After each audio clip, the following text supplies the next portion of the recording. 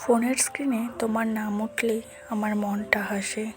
জানি না এটা কবে শুরু হলো, কিন্তু এখন তুমি আমার প্রতিদিনের অভ্যাস। প্রথমে তেমন কিছু ছিল না, সাধারণ কথা, কেমন আছো, কী করছো, এইসব। কিন্তু অজান্তেই তোমার মেসেজের জন্য অপেক্ষা করতে শুরু করলাম। রাতে ঘুমানোর আগে শেষ কথা তোমার সাথে, সকালে ঘুম ভাঙলে প্রথম কথাও তোমার সাথে। বুঝতেই পারিনি কখন তুমি আমার দিনের অংশ হয়ে গেলে।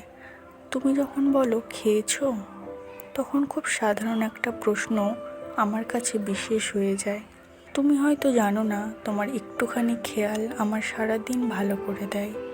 ভালোবাসা বড় কিছু না, দামি উপহার না, ভালোবাসা হলো কেউ একজন তোমাকে মনে রেখেছে। মেয়েরা যখন কাউকে পছন্দ করে তারা একটু বেশি ভাবে। আমি কখনো কখনো কল্পনা করি, যদি একদিন সত্যি তুমি আমার পাশে থাকো। খুব বড় কিছু না, শুধু সন্ধ্যায় একসাথে হাঁটা, হালকা ঝগড়া, আর আবার মানিয়ে নেওয়া। তোমার সাথে ভবিষ্যৎ ভাবতে ভয় লাগে না, বরং শান্তি লাগে। আমি জানি না তুমি আমাকে ঠিক কতটা ভালোবাসো, কিন্তু আমি জানি তোমার নামটা দেখলেই আমার মুখে হাসি আসে।